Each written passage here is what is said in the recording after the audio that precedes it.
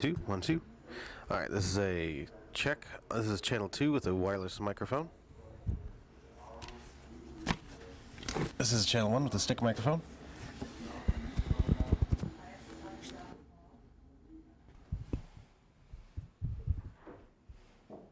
Okay.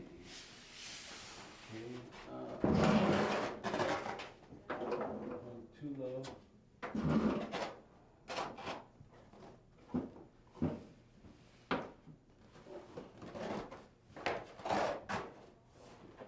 Okay, we want you just right on the edge of that black. Okay. I'll grab my pictures here. All right. And I'm going to set up.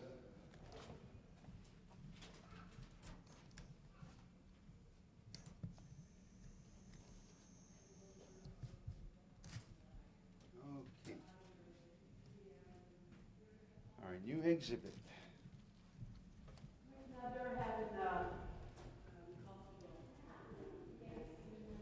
Well, we have a... Over here? Okay. Hi, how you doing? Aria.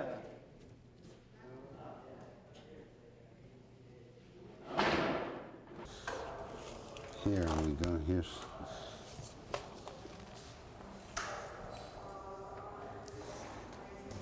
I wanted to show this lady.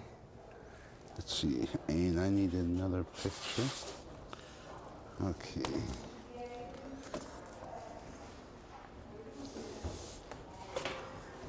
I think this one here will work. Okay. Setting up.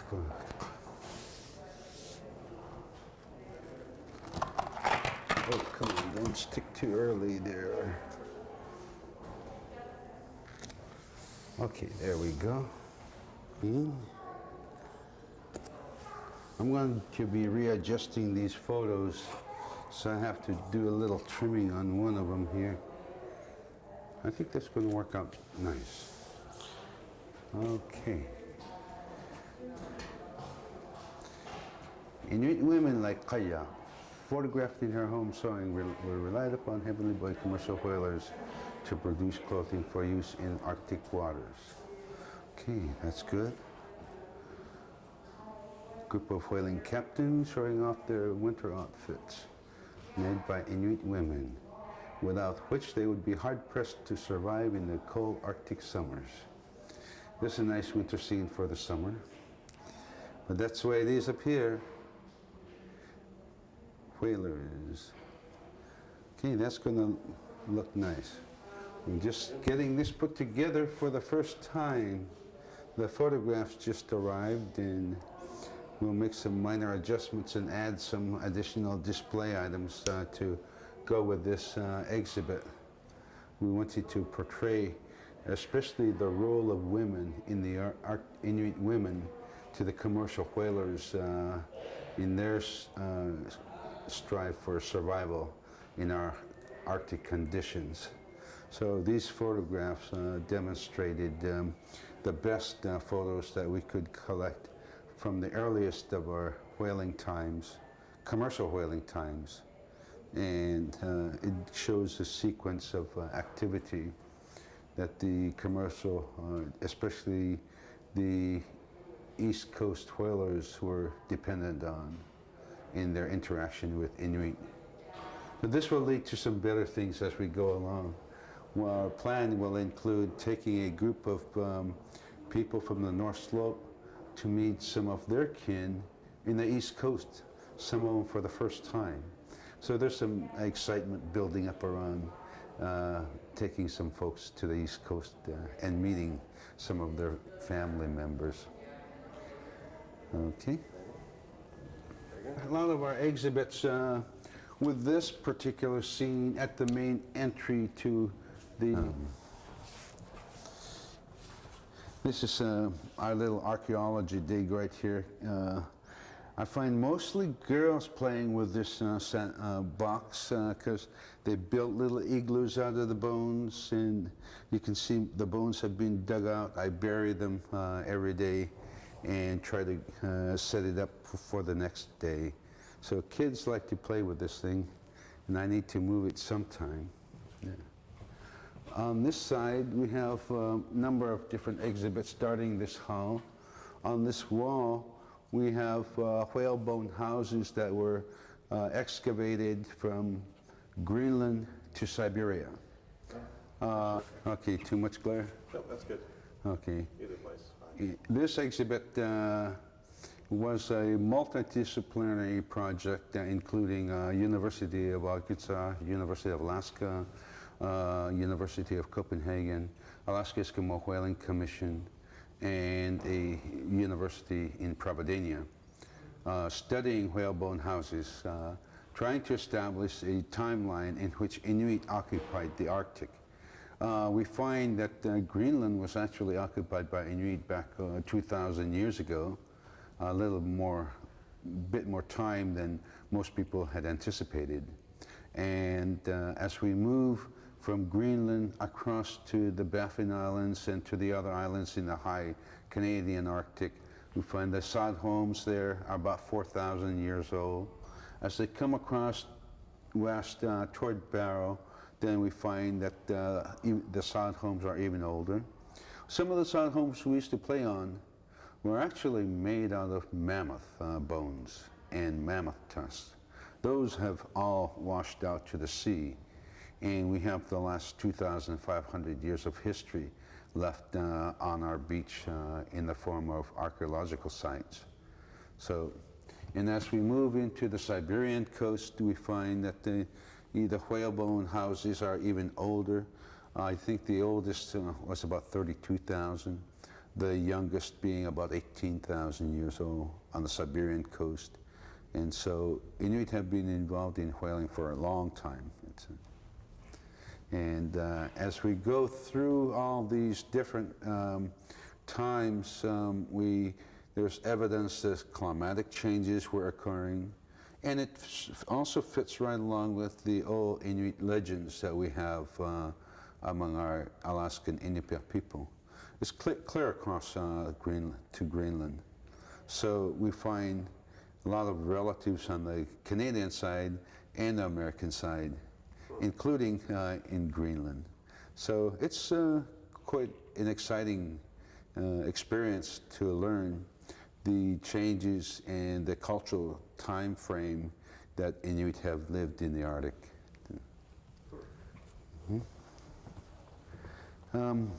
It's some artifacts that were collected off the coast in Wainwright. Back in the 1800s, 1880s, and 1890s, the coastal whalers decided that they're going to change their technology. So they discarded their stone tools, and this piece here is part of a kalawea. It's a killing lance for stabbing the whale to death. You drive that into the heart or into a nerve to kill the animal as quickly as possible. And so in the Arctic area, Barrow and Wainwright, especially as I'm familiar with, decided to change their technology from stone knives to steel knives, bow and arrow and spears to guns. We still use the spear and harpoon today, but guns are used for caribou hunting and catching other wild game. We now have shotguns instead of blunderbusses that were up here early on. So from the 1800s or 1880s, we've gone through a significant change in our culture, adapting more and more of the Western American style of life.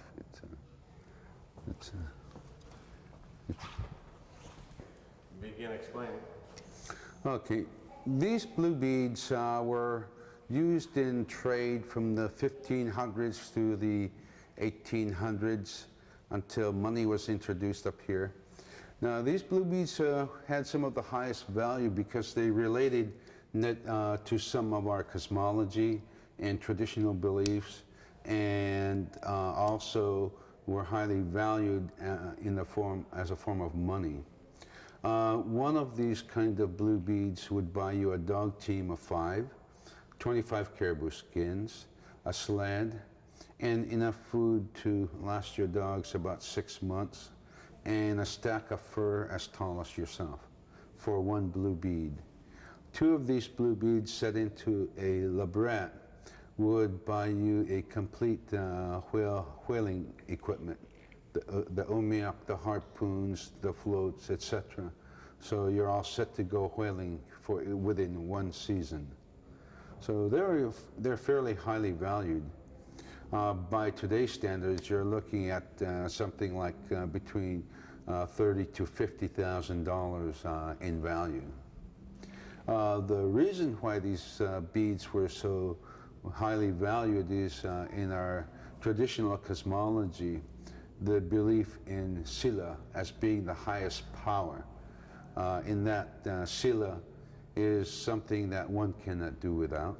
All living creatures must have Sila to live with because it is both finite and infinite. Blue, when you look at in the sky, blue sky is Sila. It has no end to it.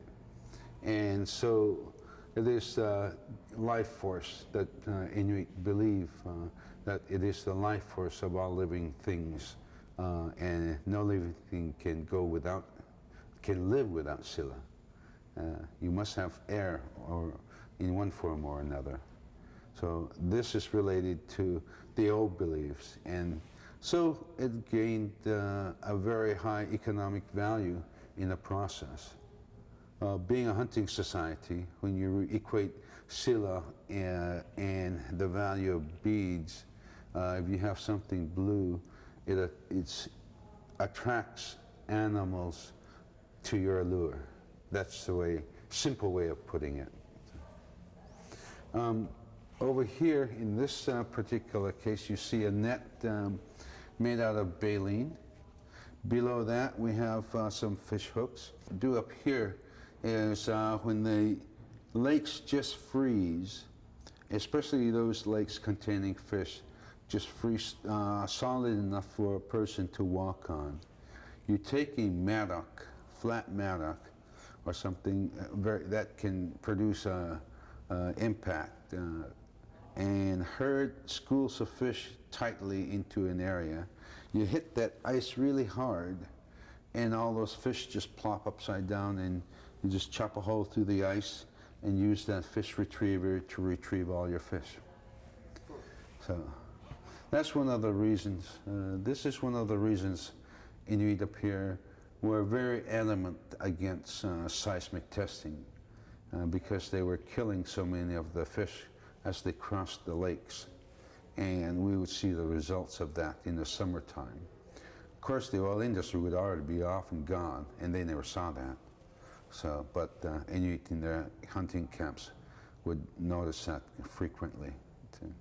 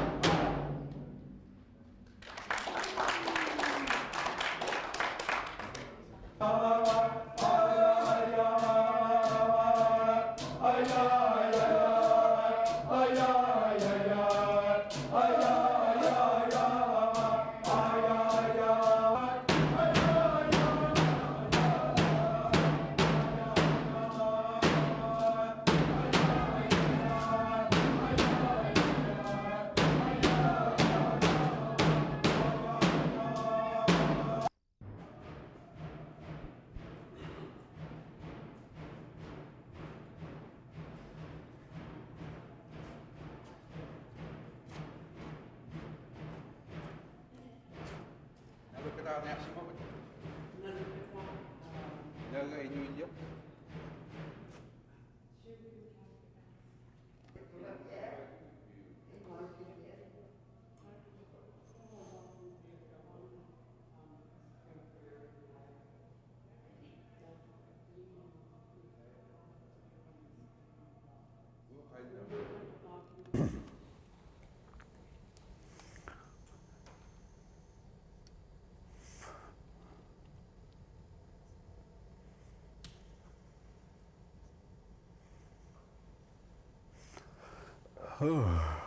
Well, first of all, just so I make sure I get it correctly, could you just go ahead and say your name and spell it for me?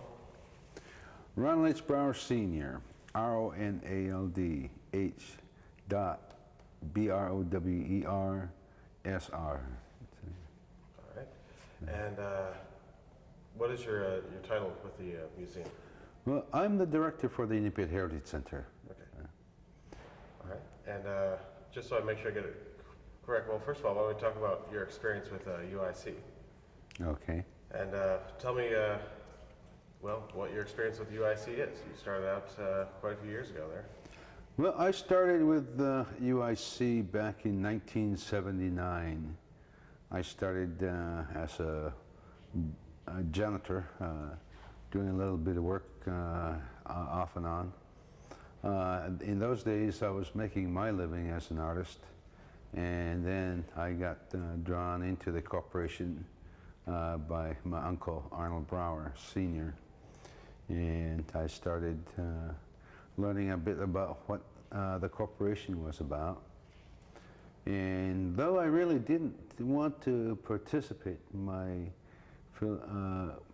thinking was different, that we as a group of Inuit had been taken advantage of in our lands, and I always thought that we should be like the sheiks of Arabia with our property. But unfortunately, that's been taken away from us, which is a lot of the cause of our problems from my perspective. Anyway, I started with UIC and became the land chief of the corporation. My early experiences dealing with the land come back from working with the elders in the North Slope with the Inupiat History, Language and Culture Commission, where we did a survey, traditional land use surveys, and so from that experience I learned a lot about land. Then I studied a little bit of land procedures with the Bureau of Indian Affairs and how they manage ANCSA lands. And from there, I took over the land department of the village corporation and remained land chief from 1979 to 1987 when I became president of the corporation. Our holdings, we had over 220,000 acres of land.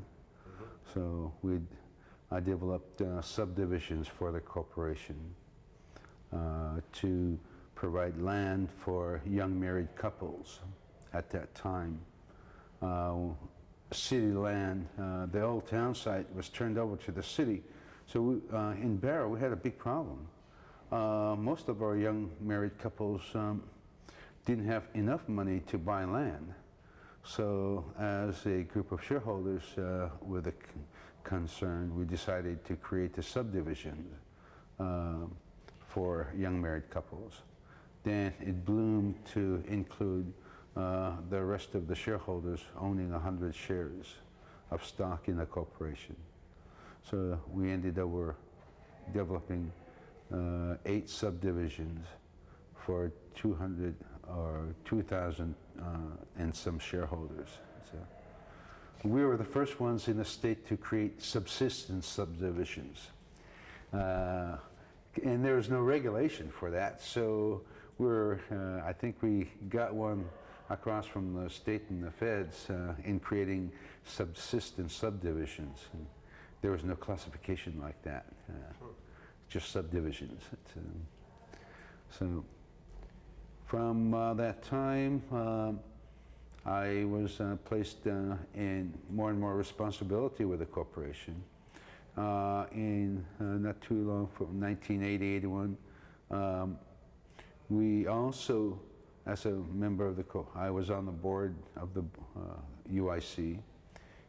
We decided that we wanted to reactivate the native village of Barrow, which was sort of the part of the structure of our corporation, because it was our traditional government at that time.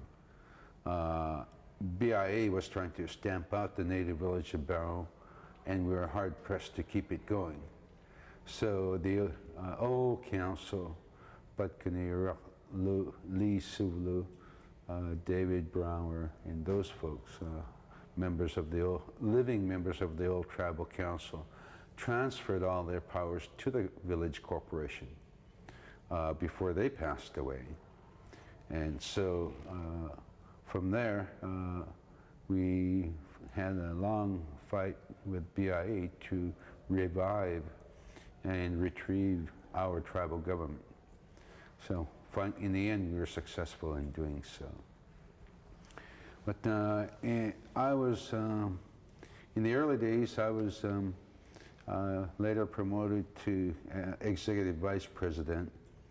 When I reached that level, I started developing personnel policies. I developed